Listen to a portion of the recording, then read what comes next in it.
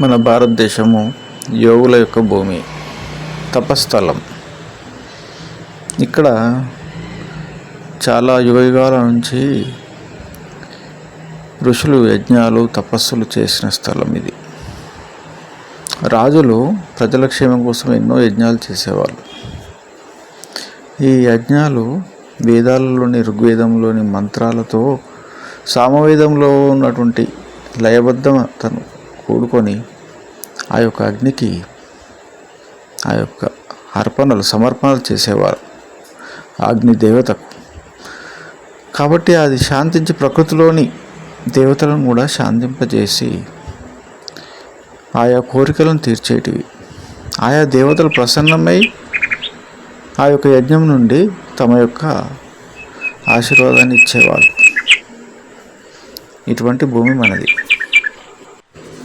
ఆ యొక్క యజ్ఞంలో మనము సమర్పించే నెయ్యి, భూతత్వానికి సంబంధించిన పదార్థాల వలన ఇది ఎలాగంటే, మనము ఆకాశం నుంచి వాయువు, వాయువు నుంచి అగ్ని, అగ్ని నుంచి జలము, జలం నుంచి భూమి ఏర్పడ్డాయని అనుకున్నాం కదా ఇంతకుముందే.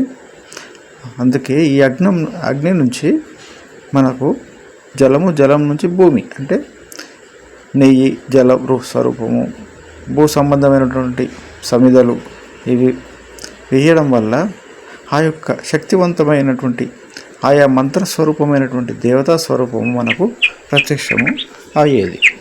అగ్ని స్వరూపంలో ఆయా మంత్రాల్లో చాలా శక్తి నిమిడి ఉంటుంది.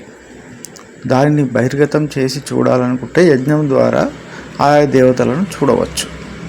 కానీ మనకు ప్రత్యక్షంగా కనిపించడం చాలా కష్టం.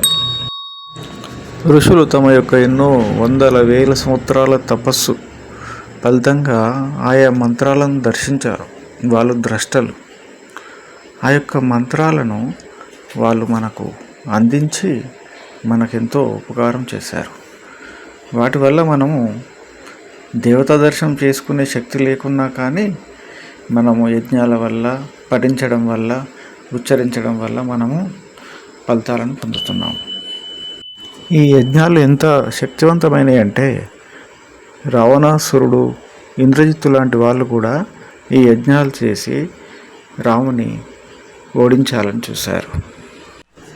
ఈ యజ్ఞాలను మానవాళికి మంచి చేయడానికి ఉపయోగించాలి, చెడుకు ఎప్పుడూ ఉపయోగించకూడదు.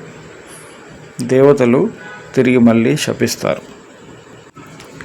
దేవతల యొక్క శక్తిని మంచి కార్యంలో కొరకే ఉపయోగించాలి. చెడు కార్యాలకు ఏనాడు ఉపయోగించకూడదు. అవి మళ్ళీ తిరగబెడతాయి.